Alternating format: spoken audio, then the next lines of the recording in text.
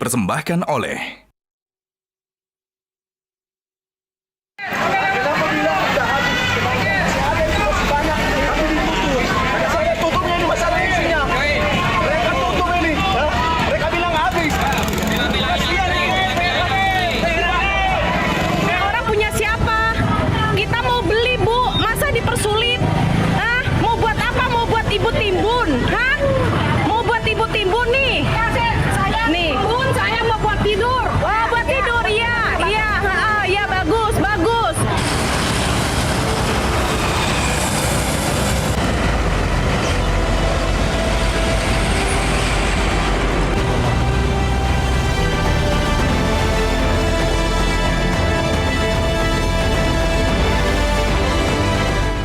jadi mungkin kecapean ngantrinya ya, neng bawa dua gas kan kecapean dapat kabar meninggal saya udah pulang dulu malah sono.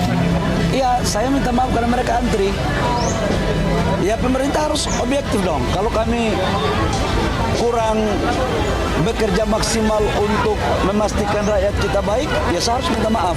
Tapi ini memang adalah cara pemerintah untuk memastikan subsidi itu tepat sasaran. Saya sekarang lagi masak, Pak. Saya tinggal demi gas. Iya, ini Bapak. Bukan masalah antri gasnya. Anak kami lapar, butuh makan, butuh kehidupan, Pak. Oke, Bapak ya. Logika berjalan dong, Pak. Ya, udah ya. Ya, akal sehat kami berjalan, Pak. Udah ya, Pak ya. Udah, kita paham Bapak kok. Kita paham ya. Kita paham Bapak kok.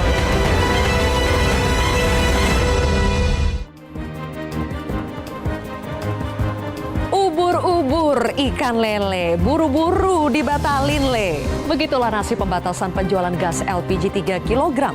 Mulai diberlakukan pemerintah sejak 1 Februari 2025, 3 hari kemudian tiba-tiba dianulir lagi dong oleh Presiden Prabowo Subianto. Memang sudah pas untuk dibatalkan karena bikin rakyat sengsara. Bahkan seorang ibu lansia di Tangerang, Selatan, Banten meninggal dunia akibat kelelahan setelah berjam-jam mengantri demi membeli gas tabung melon. Nah, pemirsa, Menteri ESDM Bahlil Lahadalia berkilah bahwa aturan hanya agen atau pangkalan resmi yang boleh menjual LPG tabung melon supaya harganya tidak kelewat mahal dan lebih mudah memantaunya. Menteri Bahlil mungkin tidak tahu kalau begitu jalur distribusinya dipotong, maka masyarakat pun akan panik. Coba saja dibayangkan, di mana ada agen, ada pangkalan resmi gas yang buka selama 24 jam. Jadi kalau masyarakat tiba-tiba lagi masak, kehabisan gas di tengah malam, di pagi hari, siapa yang mau jualan, ya kan? Makanya ketika bertemu dengan Menteri ESDM saat sidak ke kota Tangerang, warga pun melampiaskan unek-unek mereka. Sampai kata-katanya logikanya berjalan dong Pak, kata warga yang bernama Bapak Rusdi Effendi. Wakil Ketua DPR Supri Dasko Ahmad mengatakan bukan perintah Presiden Prabowo untuk melarang pengecer menjual LPG 3 kg ini. Kompak dengan Dasko, Menteri Koordinator Bidang Pangan Zulkifli Hasan lalu mengajak ibu-ibu untuk bilang terima kasih kepada Presiden Prabowo Subianto. Sebetulnya kenapa ini bisa terjadi? Siapa yang harus bertanggung jawab dalam persoalan ini? Jangan-jangan ada yang tidak beres dalam komunikasi pemerintah. Seperti yang disebut pengamat kebijakan publik Agus Pambagio. Komunikasi pemerintah soal tabung melon ini amburadul. Tiba-tiba Presiden Prabowo Subianto, kita lihat malam harinya di acara NU mengirim sinyal akan ditangkap oleh sebagian publik. Bisa saja ini sinyal akan mengganti menteri yang dianggap tidak becus bekerja. Yang tidak mau bekerja, yang dablek katanya, ya akan saya singkirkan, kata Presiden saat menghadiri acara puncak peringatan Harlah ke-102 NU di Jakarta Rabu pekan ini. Jadi adakah menteri yang sudah layak diganti? Apakah ribut-ribut gas 3 kg juga akan masuk menjadi penilaian? Kontroversi malam ini akan membahasnya dalam episode Gara-gara Gasle bersama saya, Zilvia Iskandar.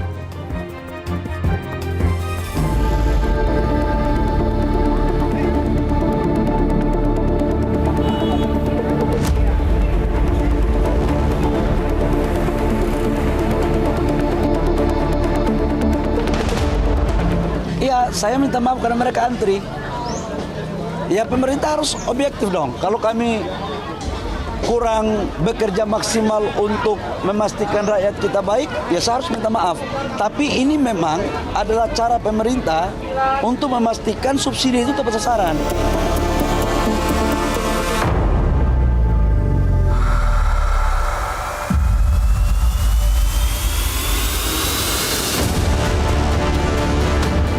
Saya sekarang lagi masak, Pak. Saya tinggal demi gas. Iya, Ya. gini Bapak. Bukan masalah antri gasnya. Anak kami lapar, butuh makan, butuh kehidupan, Pak. Oke, Bapak ya. Logika berjalan dong, Pak. Udah ya. Ya, akal sehat kami berjalan, Pak. Udah ya, Pak ya. Udah, kita paham Bapak. Ya. Kita paham Bapak.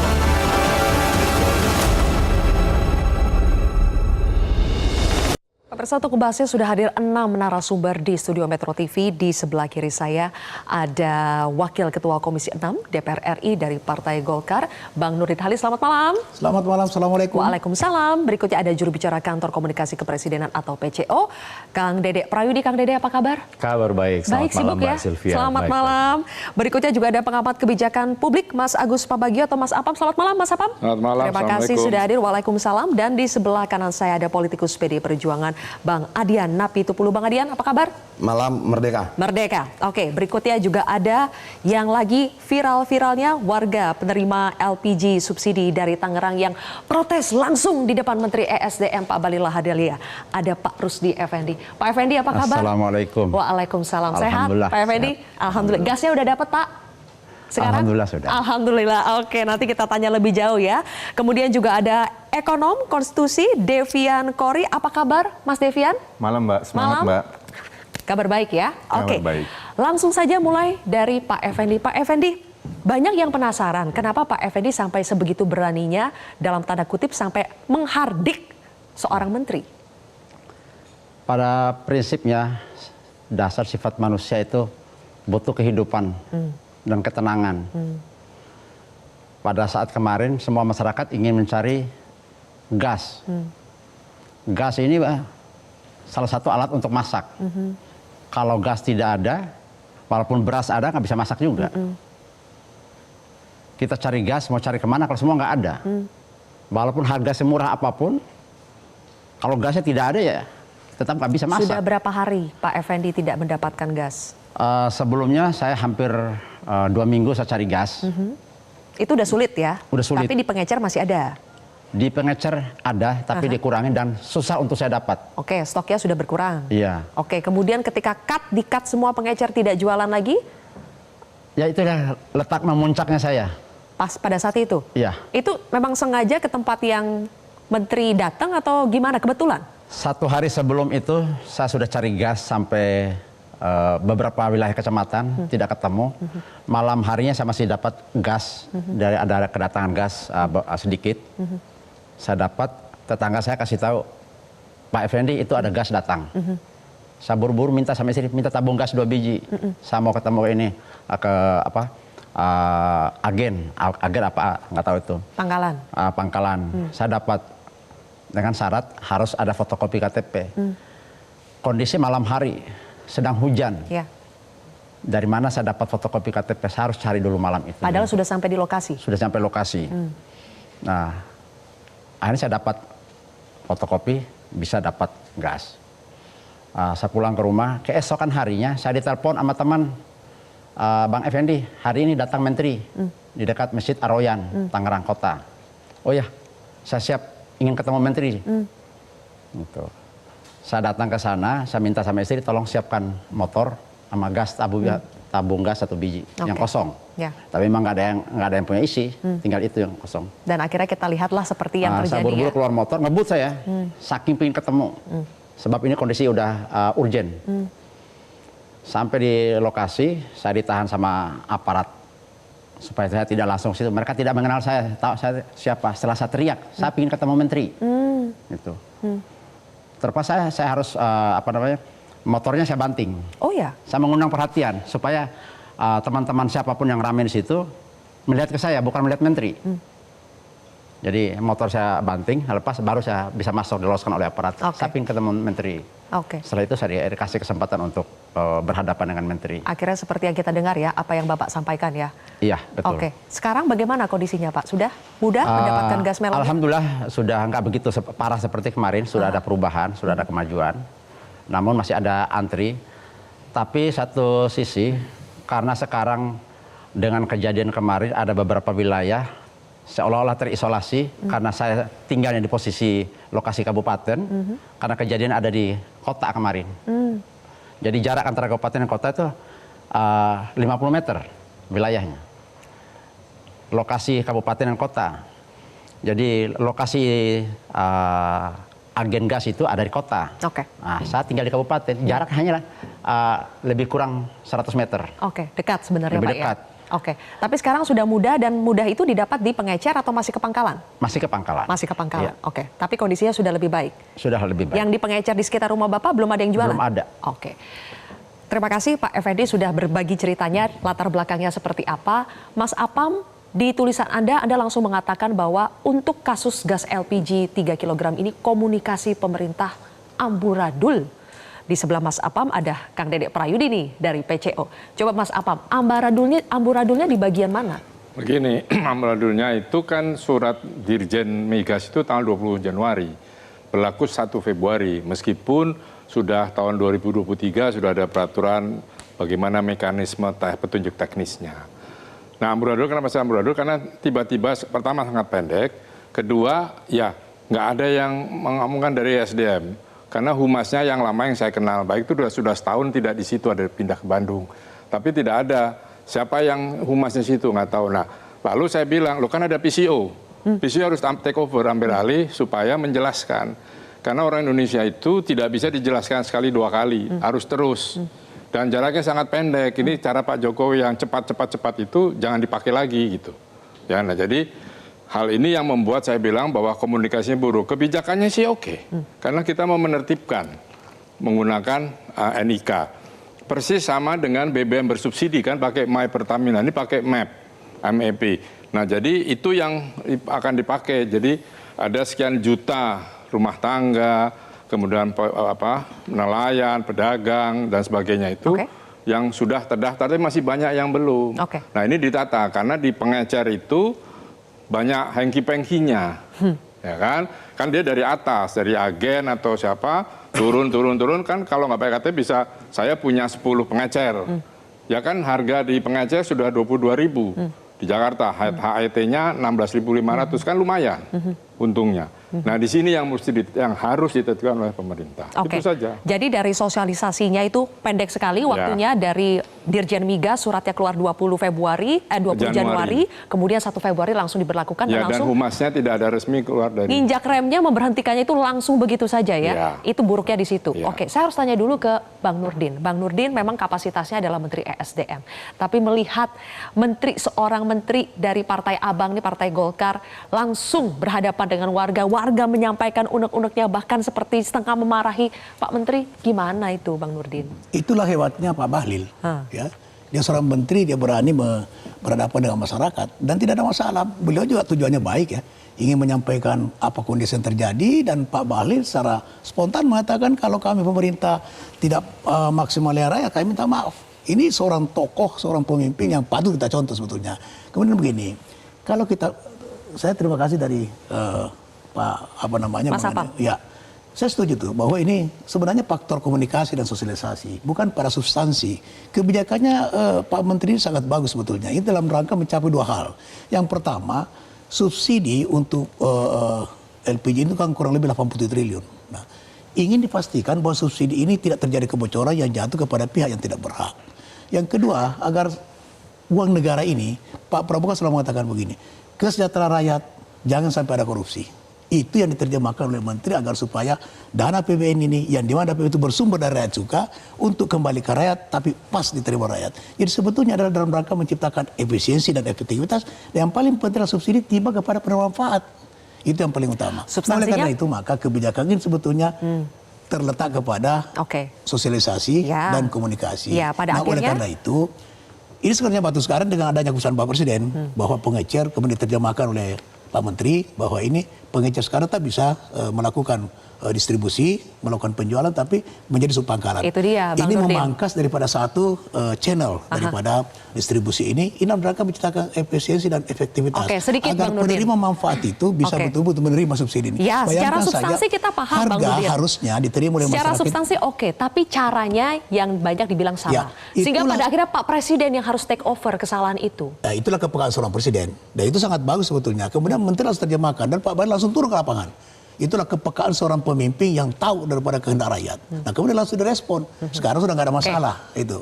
Nah, Oke. jadi substansinya nggak ada masalah, Mbak Selvi. Ya. Nah, sekarang bisa berjalan. Kemudian yang paling penting begini, negara bisa hadir mengontrol bahwa dana PBN itu betul-betul tiba kepada penerima manfaat. Nah, oleh karena itu maka harus dengan memangkas satu Oke, channel Bang Nurdin. marketing ini, Ya. maka itu lebih efektif, lebih efisien. Oke. Akhirnya penerima manfaat ini betul-betul bisa menikmati subsidi yang bersumber dari Baik, PBN. nanti kita akan bicara lebih jauh soal substansi ya, soal problem komunikasi ini. Mas Kang Dede di sini karena sudah berada di PCO. Ya. Jadi ada anggapan begini. Tidak ada komunikasi antara menteri dengan presiden sampai Pak Sufmi Dasko yang mengatakan sendiri bahwa itu bukan kebijakannya presiden. Nah, kok bisa ada miss antara kebijakan yang dikeluarkan menteri dengan pengetahuan atau apa yang dipahami oleh presiden sampai akhirnya Pak Presiden Prabowo yang harus membantu menterinya untuk dalam tanda kutip mengklirkan masalah ini. Iya, jadi begini ya, kalau di dalam proses pembuatan kebijakan itu yang pertama-tama yang kita lihat itu adalah political will-nya dulu. Ya, political will-nya itu sudah tepat, sudah baik, sudah bagus, sesuai dengan visi misi presiden. Lalu kita turun ke aspek teknokratik. Disinilah substansi yang tadi dibicarakan oleh Pak Nurdin. Ya, nah setelah substansi baru kita berbicara kepada implementasi. Nah kalau kita berbicara implementasi tentu saja ini bukan lagi dapat dikatakan ranahnya seorang presiden untuk pembuatan kebijakan dalam artian kan ada yang namanya permen, kan ada yang namanya lain-lain lah. Kurang lebih seperti itu ya. Tapi begini, satu hal yang pasti, tadi saya sepakat dengan Pak Nurdin ya, bahwa secara substansi ini sudah baik. Secara substansi sudah baik. Jadi ada dua hal yang dilindungi dalam kebijakan ini. Oke. Jadi yang pertama ingin melindungi uang pajak rakyat. Ya, jadi uang pajak rakyat yang dialokasikan untuk subsidi ini betul-betul dimanfaatkan oleh mereka-mereka yang berhak. Karena yang namanya subsidi ini bukan rights based atau berbasis hak, tapi needs based berbasis kebutuhan. Oke. Lalu yang kedua adalah untuk melindungi rakyat yang berhak itu sendiri. Ya. Pertama dari markup yang berlebihan, yang kedua dari pengurangan kualitas barang yang dibeli akibat dioplos, kurang lebih seperti itu ya. Iya. Nah, kemudian memang di dalam implementasinya ini dia nih, yang kemudian membuat ricuh, yang kemudian presiden turun tangan untuk kemudian begini. Presiden selalu menginstruksikan bahwa niat baik ketika dia turun menjadi kebijakan, ini jangan sampai justru eksesnya ini menyengsarakan rakyat. Jadi secara kebijakan presiden setuju ya, tidak ada masalah di situ. Dan Secara substansi kebijakan presiden setuju. Presiden kebijakannya mendukung. sudah dikomunikasikan. Iya, kebijakannya itu didukung oleh presiden. Bukan hanya dikomunikasikan, tapi didukung oleh presiden. Tapi implementasinya. implementasi ini yang kemudian presiden, ya karena melihat ada yang mengantri panjang. Nah ini mohon maaf tadi saya luruskan ya. Ibu Yoni ya yang meninggal itu setelah dicek oleh kepolisian setempat, oleh Polsek di Pamulang, itu beliau itu tidak mengantri langsung ya. Lalu yang kedua, beliau tidak meninggal di dalam antrian. Nah ini misinformasi yang harus saya luruskan. Jadi beliau memang sudah ada katakanlah penyakit dalam yaitu darah tinggi dan lain-lain, kemudian beliau meninggal. Tapi pun demikian, Presiden bukan hanya melihat dan mendengar, tapi juga merasakan Baik. apa Oke. yang dirasakan oleh masyarakat yang mengantri. Jadi Presiden juga turut prihatin, Betul. maka kemudian Presiden menginstruksikan untuk begini. Yang tadinya Oke. pengecer harus bertransformasi dulu menjadi subpangkalan, baru kemudian bisa melakukan transaksi. Kemudian dibatalkan poin yang pertama tadi. Tidak harus menjadi subpangkalan dulu baru bisa transaksi. Ada poin yang dibatalkan, tapi semuanya ya? bisa berjalan Oke. paralel. Oke. Demikian. Yang jelas ada faktor kelelahan, ada keringat masyarakat, ada Betul. derita masyarakat yang terjadi karena gas melon ini. Tapi dari tadi narasumber saya yang di sebelah kiri ini mengatakan, Bang Adian dan juga Bang Devian, secara substansi tidak salah, hanya persoalan komunikasi dan implementasi. Saya ingin tanya pendapatnya Bang Adian dan juga Bang Devian, tapi usai jeda pemirsa, sesaat lagi kontroversi akan kembali.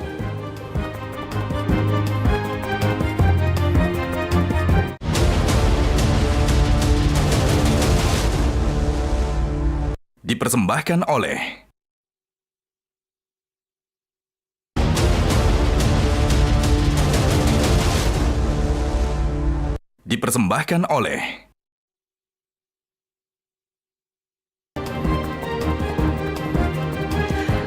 Persoalan gas LPG 3 kg atau gas melon. Bang Adian sepakat kalau secara substansi tidak salah kebijakan yang diambil oleh Menteri ESDM, tapi implementasinya yang salah. Secara substansi problem gas LPG dan kebocorannya kalau tidak salah 30% dari 7,2 juta metrik ton itu tidak terjadi di warung, tidak terjadi di pangkalan, tidak terjadi di agen, terjadi karena ada pengoplosan. Pengoplosan itulah yang belanja kemana-mana dioplos dijadikan tabung gas 12 kilo yang non subsidi. Keuntungannya besar. Nah masalahnya adalah kalau itu problem kenapa terjadi kebocoran gas LPG subsidi kita, kenapa warung yang jadi kambing hitam? Nggak boleh dong. Ketidakmampuan negara untuk kemudian memberangus, menangkap, menyelesaikan, memperbaiki dan sebagainya terhadap proses oplosan-oplosan yang ilegal ini, jangan mengkambing hitamkan warung. Warung ini untung berapa? 1.000, 2.000 perak kok. Dan kenapa dia jualan jadi bikin warung? Karena negara gagal memberikan lapangan pekerjaan. Negara gagal membuka lapangan pekerjaan, rakyat bikin warung. Oke, rakyat tidak mengeluh loh. Rakyat tidak menuntut negara, rakyat buka warung. Lalu dia mau tambah penghasilan, ambil 10 dari pangkalan. Dia ambil dari pangkalan HET Tangerang kalau tidak salah Rp19.000, lalu dia jual Rp21.000, Rp22.000. Dia ambil selisih Rp2.000, Rp1.000 cuma untuk antar, kirim dan sebagainya. Dan warung-warung ini berbeda loh. Warung ini bisa ditelepon di WhatsApp dari rumah. Pak, gas saya habis, dia datang. Bukan cuma datang, nyambungin gasnya. Ibu-ibu tuh kadang-kadang suka takut nyambungin gasnya. Ini warung bisa memberikan servis ekstra, masangin gasnya ke kompor. Lebih menarik lagi, saya tanya kenapa ibu tidak beli ke pangkalan? Di pangkalan nggak bisa ngutang, Pak. Di warung bisa. Sama seperti kita ngutang beras, kita ngutang minyak, di warung tetangganya bisa. Dia bisa, Pak, saya utang dulu Pak 1 tabung. Kenapa? 1 tabung kan tuh 7 hari rata-rata penggunaan keluarga. Oke. Nanti hari ke-7 hari Sabtu suami saya baru gajian, baru saya bayar. Boleh, boleh. Jadi kalau warung harus berubah jadi itu. subpangkalan gimana tuh Bang Kenapa? Adian? Kan warung sekarang harus berubah menjadi Itu cuma subpangkalan. ganti nama, ya warung-warung aja. Tapi tepat tidak secara substansi, warung harus ditertibkan berubah jadi subpangkalan. Ketika kemudian diatur sedemikian rupa, akan ada beban baru buat warung. Beban buat pangkalan apa? Harus memiliki tabung sendiri 50 sampai 100 tabung. Harga 1 tabung kita anggap 160.000, dikali aja. 16 juta untuk tabungnya doang. Oke, nanti jadi sub pangkalan. Mereka harus beli tabung lagi. Berapa? 20, mungkin 25, mungkin 30. Ini bisnis tabung apa bisnis apa sih ini? Itu loh. Bang Adian, Ya, yang maksud Bang. tadi oplosan itu di mana? Kenapa? Oplosan itu ada di mana? Di banyak tempat Bukan, dong. maksud saya di dalam sistem distribusi di pangkalan kah, di agen kah, atau di atasnya? Loh tidak Nah, ada. ini mesti Dia dijelaskan ke masyarakat. supaya- Abang, maaf ya. Dia terpisah. Ya. Oplosan ini bukan agen, bukan pangkalan, bukan warung. Oke. Oplosan ini sendiri. Dia beli di pangkalan, dia beli di warung. Kenapa? Aturannya memang 10% itu bisa diecer. 90% end user. 10% bisa diecer. Nah mereka belanja. Nah, justru itu pengajian negara hadir untuk mengontrol itu. Loh, bukan agar dong. supaya subsidi ini tepat sasaran. Yang harusnya digerebek oplosannya. Pengoplos. Pengoplosnya. Setuju. Pengoplosnya, nah pengoplos ini kemarin ada yang ketangkap berapa bulan lalu atau 1 tahun lalu itu punya 6.000 tabung. Oke. Negara dengan seluruh kekuatannya ini gagal, gagal memberantas pengoplos itu. Terjadi kebocoran, lalu negara butuh jawaban. Warung disalahkan, jangan dong. Nah, begini. Jangan ini dong. nggak ada kebijakan. Mereka cuma mengambil keuntungan 1.000, 2.000, 3.000 rupiah. Untuk apa? Untuk makan anaknya, makan istrinya. Yang harusnya menjadi tanggung jawab negara secara konstitusional. Ditanggapi dulu nih, Bang, Ya, soal betul. negara gagal. Nah, bukan, jadi gini. Apa yang dimaksud Bang ini itu adalah fakta. Nah, sekarang persoalannya adalah bagaimana menata ini sistem distribusi agar tidak terjadi oplosan. Sekarang Pertamina hanya mampu mengontrol dengan sistem sampai pangkalan. Dia tidak mampu mengontrol pangkalan sudah itu. Nah, sekarang kejadian oplosan dari mana? Dari pangkalan ngambil termasuk tadi baru dioplos. Nah, ini yang sekarang mau dikontrol di negara agar supaya tidak terjadi oplosan, subsidi bisa kepada yang menerima manfaat, kemudian agent ini yang sekarang ini itu bukan dipangkas. Warung-warung itu kalau harus kita ada. berbicara, maaf ya Bang ya, kalau kita berbicara tentang negara, maka pertanggungjawaban agar tidak terjadi pengoplosan tidak cuma Pertamina, tidak cuma Kementerian SDM, tidak cuma Inspektorat, ada kepolisian di situ, ada kejaksaan di situ, ada TNI bisa ikut membantu dengan informasi. Bahkan jika dibutuhkan, seluruh PNS bisa diberikan tugas untuk mengawasi itu. Baik. Ratusan ribu orang, Bang. Desa kita cuma 70.000 sekian. Ya, bukan salah, bukan tanggung ada jawab satu pihak ada saja. Babin kan Tipmas. Kenapa kemudian pengoplos itu tidak bisa diberantas? Nah inilah ditata ini, kalau kelola ini supaya bisa diberantas itu. Loh, tidak dong, kalau Bang. sistem tidak berjalan, susah. Polisi, kejaksaan bagaimana dia mau nangkap? Kalau sistemnya nggak berjalan. Pengoplos itu terbuka. Abang datang misalnya ke sebuah daerah, tanya pengoplos gas di mana, tahu. Nggak segampang itu, Bang. Menurut saya tidak semudah itu juga, Bu. Tidak semudah itu. Sudahlah, Bang. Problem Republik ini tidak cuma terhadap LPG subsidi, tidak. Untuk solar subsidi, itu masalah. Oke. Ekspor nikel, itu kalau ekspor nikel itu, Bang, segede pulau tuh jalan, dan negara bilang saya tidak lihat, saya tidak tahu. Sudahlah. Oke, negara kita belum sempurna. Negara kita masih berproses untuk menjadi lebih baik. Tapi justru itulah yang ditata. Jangan buruk rupa cermin dibanting. Tapi jangan warung rokok disalahkan. Tapi jangan rakyat kecil dikorbankan. Saya luruskan gitu. Tidak ada kebijakan negara sekarang di mana warung dikorbankan. Enggak. Sekarang warung itu bagaimana ditingkatkan, dinaikkan pangkatnya. Itu kan ketika lahir protes, Bang. Kalau kita runut peristiwanya, warung tidak boleh jualan dulu, harus langsung beli ke pangkalan. Lalu ada ibu meninggal. Kalau saya mau ralat ya penjelasan keluarganya, dia datang, berapa berat satu tabung LPG? 5 kilo, 3 kilogram. Dia tenteng itu 5 kilogram, jalan kaki 1 kilometer, sampai lokasi dia antri. Setelah sampai gilirannya, disuruh pulang lagi karena tidak bawa KTP. Dia balik lagi, bawa nenteng 5 kilo lagi. Oke, hanya untuk ambil KTP. Lalu dia balik lagi ke sana. 1 hari untuk membeli 1 tabung gas itu, dia bolak-balik 4 kilometer. Oke, saya harus berikan kesempatan kepada yang lain dulu nih, Bang Adian. Kita sudah tangkap, kita sudah tangkap poinnya dari Bang Nurdin juga. Pokoknya kedua belah pihak ini tidak setuju soal negara yang paling bertanggung jawab atas semua ini ya. Negara sudah mengambil perannya, kata Bang Nurdin. Bang Adian tetap bilang bahwa negara paling bertanggung jawab, harus mengambil peran lebih. Tapi Bang Devian, kita juga ingin mendengar dari analisa ekonominya. Selama ini kan persoalannya subsidi yang disebut tidak tepat sasaran. Kemudian metodenya yang harus diperbaiki. Sebetulnya langkah yang diambil pemerintah saat ini dengan menjadikan pengecer menjadi sub pangkalan, apakah bisa memutus persoalan-persoalan itu? Bang Devian, mohon maaf dijawab nanti ya. Kita harus jeda lagi pemirsa, kontroversi kembali sesaat lagi.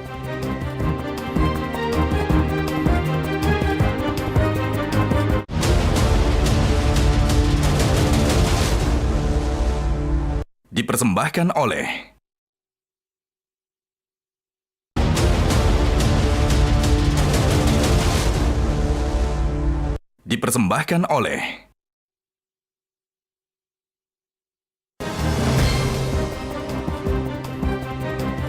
Bang Devian, duduk masalahnya di mana? Subsidi tidak tepat sasaran, lebih banyak karena pengoplosan, di tingkat pengecer yang terlalu mengerek harga terlalu tinggi atau apa?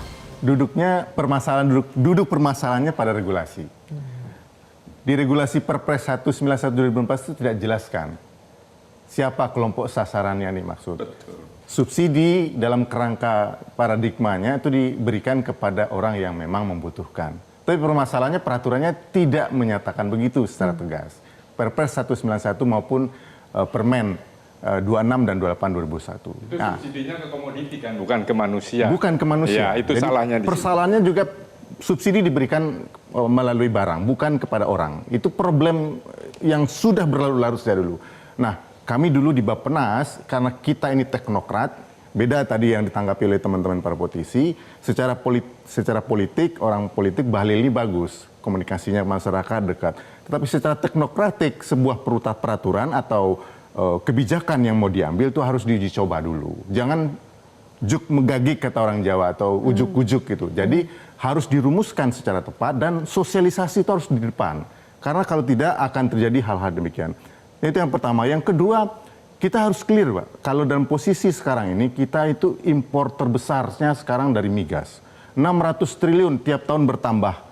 Dan ini harus jadi pikiran kita bersama persoalan kita. Saya apresiasi terhadap kebijakan yang diambil oleh Presiden dengan cepat mengatasi persoalan ini. Karena ini soal konstituen, soal rakyat. Tetapi kita harus juga memikirkan posisi perencanaan dan anggaran dalam perspektif negara kita. Selama ini tidak ada kecocokan antara apa yang diinginkan Presiden dengan di level terbawahnya. Perintah Presiden itu tidak bisa jalan karena peraturannya tidak jelas dan abu-abu. Ini harus dibereskan.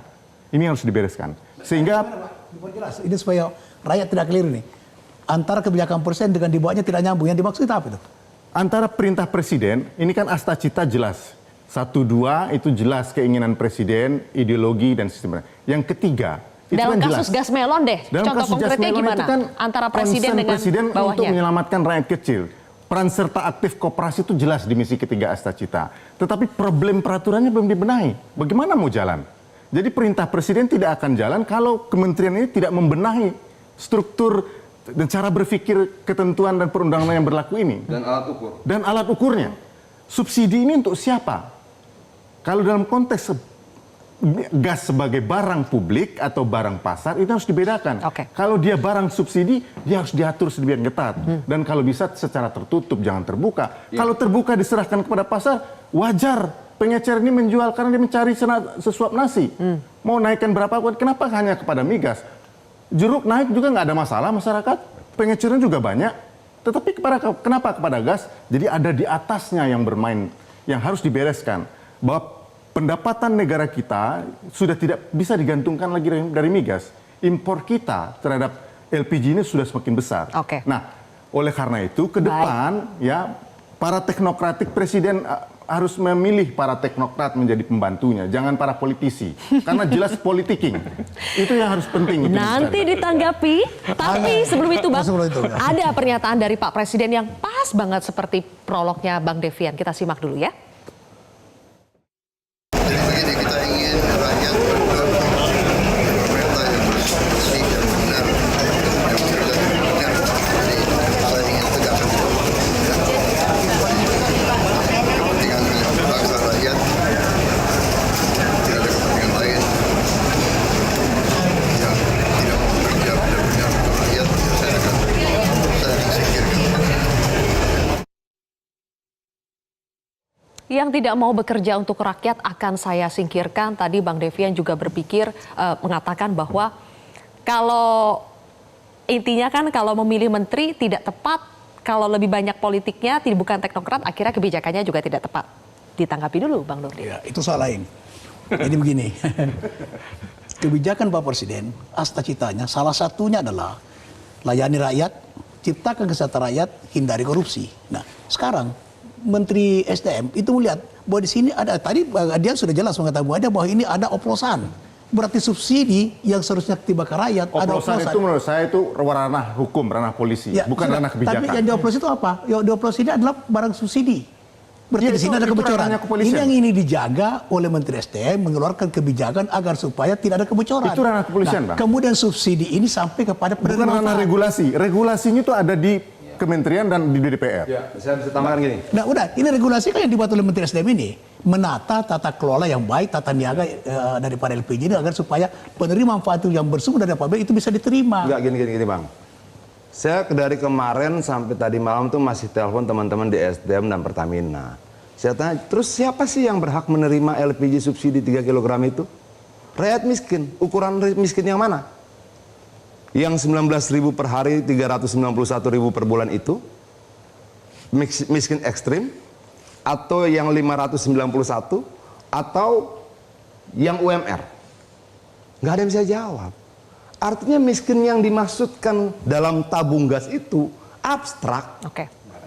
Nggak ada ukurannya.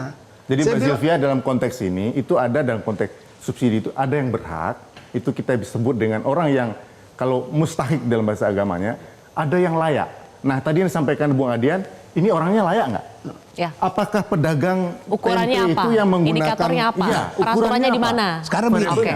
peraturan ini kan untuk menata itu. Baik. Supaya diterima itu adalah penerima manfaat yang seharusnya menerima. Yang sekarang ada oplosan, harga tinggi, harusnya diterima oleh masyarakat 15.000, 20.000, bisa 22.000, Bukan 30.000. gitu Bang, maksudnya gini, kalau kemudian dia tidak ada alat ukur tentang miskin yang mana yang dimaksudkan, Oke, baik. maka siapapun bisa mengklaim dirinya miskin. Oke.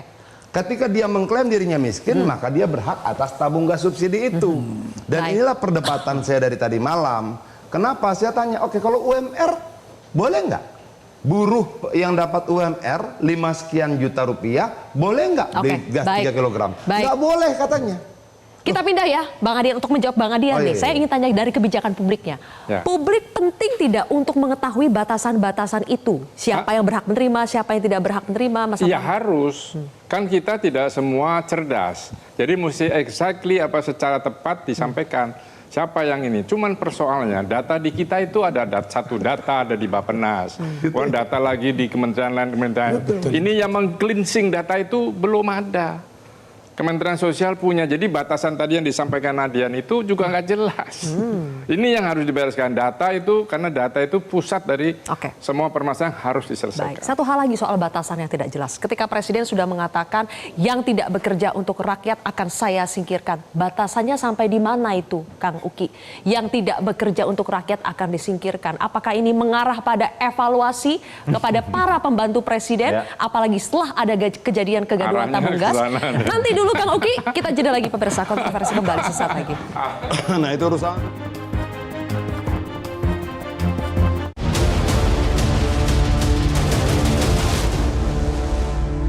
Dipersembahkan oleh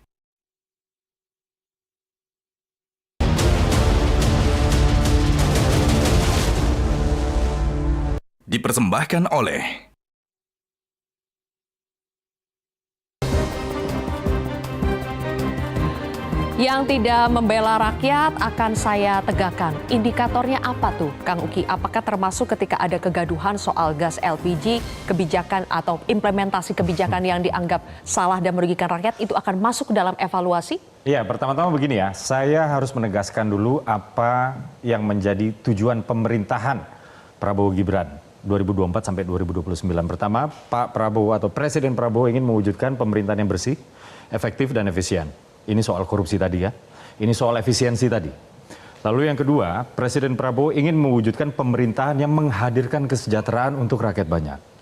Dan lalu yang ketiga, Presiden ingin menghadirkan pemerintahan yang membawa kemandirian bangsa di bawah atau di tengah-tengah global political affairs atau urusan politik global. Nah, terkait dengan pidato Presiden Prabowo, semenjak para menteri ini masih jadi calon menteri, itu sudah dipanggil ke Kartanegara. Sudah ditegaskan, kamu nggak boleh korupsi, kamu jangan nyolong uang rakyat. Saya harus tegaskan ya, bahasa presiden saat itu masih menjadi presiden terpilih, itu adalah jangan maling uang rakyat. Lalu kamu jangan menyelewengkan kewenangan kamu. Lalu kemudian dipanggil lagi ke Hambalang, masih belum dilantik nih.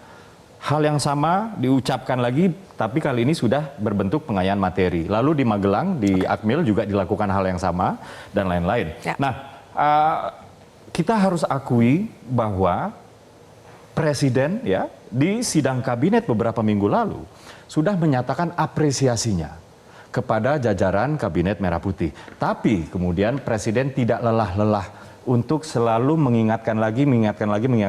Saya ingat betul ketika survei Litbang Kompas menyatakan kepuasan publik kepada pemerintah 80%. Ya, kemudian indikator politik 79%. Kemudian yang terakhir adalah LSI ya, bukan LSI yang Denny Jaya tapi LSI itu 81%, dan selisih di antara ketiganya itu masih di dalam margin of error. Baik. Artinya dapat dipertanggungjawabkan secara kaidah keilmuan. Baik. Nah, pun demikian ya, Presiden memang senang menyatakan bahwa kita berada di track yang benar, ya, di rel yang benar, dan kita melaju ya dengan kecepatan yang benar. Tapi kemudian Presiden mengingatkan kabinet untuk tidak jumawa, tetap mawas diri. Karena ini berarti kita punya PR besar untuk menjaga approval rating ini tetap tinggi, bahkan kalau bisa lebih tinggi. Dan inilah yang dilakukan Presiden di pidato Harlah NU, dan saat itu tidak diarahkan untuk kementerian atau menteri-menteri tertentu. Itu berlaku umum, Mbak Sylvia. Tidak mengarah pada reshuffle juga? Itu tidak mengarahkan kepada menteri-menteri tertentu. Soal reshuffle, ini bahkan kami di kantor komunikasi kepresidenan aja, Kami tidak mengetahui karena ini betul-betul hanya presiden yang tahu. Hanya presiden yang tahu kapan akan reshuffle. Bagaimana nanti momentum reshuffle-nya, siapa yang akan reshuffle, hanya presiden yang tahu. Oke, hanya presiden yang tahu. Bang Adian Ya. punya catatan kalau presiden bilang yang dablek, bahkan ada kata-kata dablek ya. Ada. Yang tidak membela mendukung rakyat akan saya singkirkan. Seharusnya menyingkirkannya itu tunggu reshuffle atau bagaimana, Bang Adian? Ini Mbak, dalam hal ini tergantung presiden lah. Milih menteri hak prerogatif dia, berhenti menteri hak prerogatif dia, ukurannya dia yang buat, kapan waktunya dia tentukan. Kita nggak mau ikut campur soal itu. Kita balik lagi sama gas subsidi. Oke, hari ini ditangkap lagi ribuan orang di Luwu bawa gas untuk dioplos. Minggu lalu ada 10.000 tabung ditemukan juga untuk dioplos. Nah itulah. Gini loh Bang, maksud gua Bang ya. Teman-teman di parlemen termasuk saya tentunya, itu harus kemudian terus-menerus mengingatkan kepolisian, mengingatkan aparatur negara yang lain untuk berantas oplosan ini. Ini penting sekali. Tidak perlu kemudian kita salahkan mereka. Enggak. Alat ukur nggak jelas, aturannya nggak jelas. Tidak perlu salahkan pengecer ya, Bang Adian. Mohon maaf karena waktunya singkat, Bang Adian. Karena ternyata Pak Effendi ini selain masyarakat memposisikan diri sebagai masyarakat, ternyata Pak Effendi juga mengecer juga. Bang, Pak Effendi benar ya kalau pengecer tuh keuntungannya sedikit juga. Jadi untuk apa? Justru pengecer yang dipangkas untuk menjual gas LPG-nya. Kalau menurut saya untuk pemotongan pengecer itu salah, nggak tepat. Keuntungan yang kita ambil tuh paling tinggi 2.000. Di warung saya tuh hanya 1.000 perak. Saya ambil dari pangkal ke pengecer hanya 1.000 perak. Betul kata Pak Adria tadi itu. Kalau dari pengecer bisa langsung diantar. Kalau ibu-ibu yang minta tolong dipasangin gasnya, minta tolong. Bener. Itulah kemudahan. Tapi kalau di pengecer langsung dikasih seperti, aduh, mau bagaimana lagi kita nih? Sekarang pengecer disuruh berubah menjadi sub pangkalan. Semudah itu tidak? Tidak semudah itu juga. Salah satu persyaratan kalau menurut kemarin Pak Menteri sampaikan ke saya, tidak ada persyaratan. Bahwa sebelumnya sudah disampaikan persyaratan salah satu adalah KTP. Sementara sekarang yang sedang berjalan mengantri ngambil tabung gas melalui KTP, fotokopi KTP. Baik. Padahal KTP ini adalah privasi. Tidak ada permintaan bahwa jadikan agen itu tidak ada, hanya mendata. Mendata. Jadi tidak seharusnya Adian tidak perlu tadi berapa ribu, nggak usah lah. Statusnya tetap sama. Terus nih. Bagi para pengusaha tambang, cukup daftar OSS. Ada yang 3 tahun nggak keluar mau ada sudah lah. Oke, baik. Sudah lah. Oke. Singkat Bang, sudah habis nih sebenarnya. Sebetulnya, apalagi warung daripada kebijakan itu pengecer disingkatkan statusnya. Justru Bapak supaya dari pangkalan langsung kepada pengecer. Jangan ada agent di situ. Oke, terima kasih abang-abang sudah memberikan pandangannya di sini. Bang Effendi, saya boleh minta ke tengah? Pak Effendi? Mewakili rakyat ya, menyampaikan kepada pemerintah. Mewakili pengecer. Mewakili rakyat. Coba, silakan. Kita tutup, Pak Effendi. Ya. Subsidi gas LPG seharusnya meringankan, bukan menyusahkan. Apakah rakyat harus berteriak dulu, baru pemerintah bergerak? Logika yang berjalan dong, Pak. Terima kasih pemirsa, demikian kontroversi. Sampai ketemu lagi minggu depan. Terima kasih.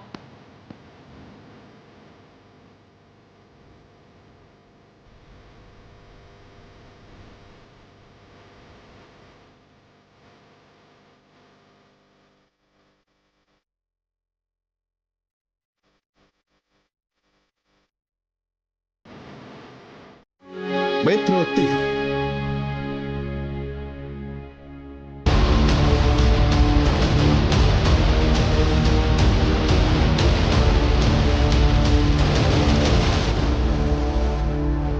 Dipersembahkan oleh Jelajahi cara baru mendapatkan informasi. Download Metro TV Extend sekarang.